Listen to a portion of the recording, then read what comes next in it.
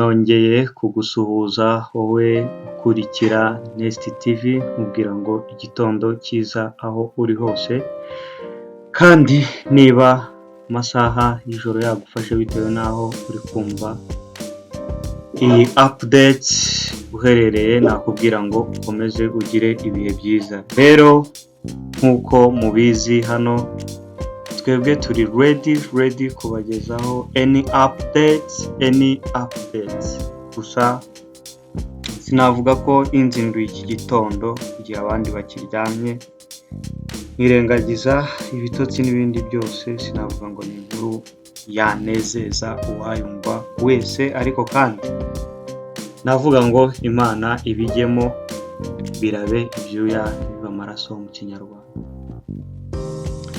Ushobora kugira amatsiko wibaza ngo ese byagenze bite, noneho habaye iki? Nakubwira ngo stay touch, reka uze tubinyuremo muri makeya.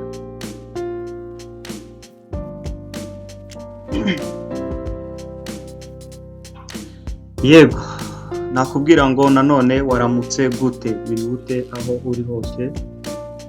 Nakubwira ngo iyi nkuru nanjye nabuze aho nayihera kuko nta kinyamakuru kiyandika cyayanditse. Ni inkuru y'abagabo navuga ngo bafite izina ritoroshye hano mu Rwanda, yewe yaba no hanze. Ni abagabo bamaze kwigarurira imitima y'abantu benshi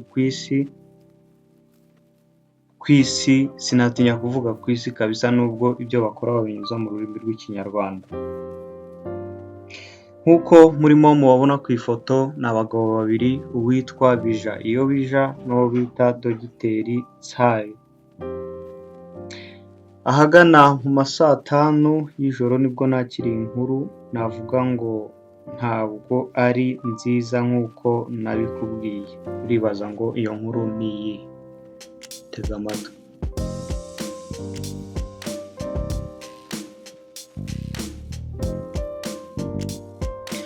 Yego, biravugwa ko ahagana mu ma saa 5 y'ijoro ubwo imodoka yarimo igenda mu mihanda yo mu majyaruguru akarere ka Gakenke, yari imodoka rusange irimo n'abandi bantu, abagenzi muri rusange, yari irimo igenda muri iyo mihanda. Biravugwa ko aba bagabo babiri nabo bari muri iyo modoka n'abandi bagenzi nk'ibisanzwe. Iyo modoka rero iza kugira gutya ikora accident. Na accident kugeza ubu ngubu ntakubwira ngo hari uwaba yapfiriyemo kuko ntibiratangazwa, ariko nakubwira ngo ni accident yabayemo gukomereka. Ndetse aba bagabo bacu dukunda baduha ibyishimo buri munsi kuri YouTube ndetse n'ahandi hatandukanye, nabo akaba ari bamwe mu baba bakomerekeye muri iyo mpanuka. Ahagana saa 5 z'ijoro uwampamagaye ampaye amakuru ambwira ati Nesty, gerageza aya makuru yageze ku Banyarwanda, abasenga basengere abo basore bacu ndetse n'abashuti babo baba batarabimenya, babe babahamagara bababwire ibibaye kugira ngo barusheho kubaba hafi. Yambwiraga agira ati ubu turi kuvugana Bijiyobija yakomeretse ariko bidakomeye, Nsabi ni usa naho yakomeretse cyane, ariko kandi nawe ubu ari mu bitaro bari kumudoda aho hari ayo masaha. Urumva ko ibyo ari byo byose inkuru nuko ibabaje, ariko ntabwo ari mbi cyane.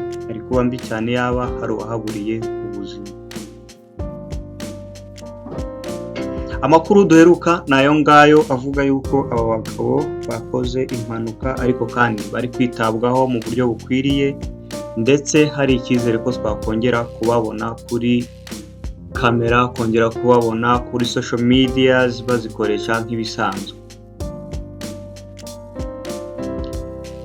As I promise you guys, turakomeza kubakurikiranira uko byagenze aba bagabo, uko bagenda bamera umwanya ku mwanya, yewe niba borohewe, niba kandi barembye, niba hari icyahindutse, turakomeza tubamenyesha. Ariko icyiza nuko nta wagize ikibazo.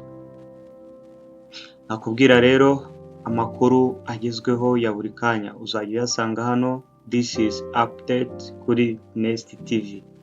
Sinatinya kukubwira ngo urakoze cyane kubana natwe muri aka kanya gato ka updates. Ubwo abashuti ba Nsabi cyangwa inshuti n'umuryango birumvikana n'inshuti zafi ntako baba batabimenye, ariko wowe uvugana na Nsabi cyangwa Bijiyobija utari wamenya aya makuru, nakubwira ngo ntacyo bitwaye umuhamagaye ukumva niba yitaba cyangwa yatakwitaba, kuri abamuri hafi bakakuvugisha maze ukamuhumuriza, kuko impanuka urayumva niyo utakomereka cyane ariko uba utaramera neza. Amakuru ahari kugeza uyu mwanya nayo ngayo, nta handi uzajya ukura amakuru nk'aya y'ako kanya atari kuri Nesty TV. Nakubwira ngo komeza usharinge ibiganiro byacu, ukore subscribe kugira ngo buri update izajye ikugereraho igihe. Murakoze cyane. Ciao ciao.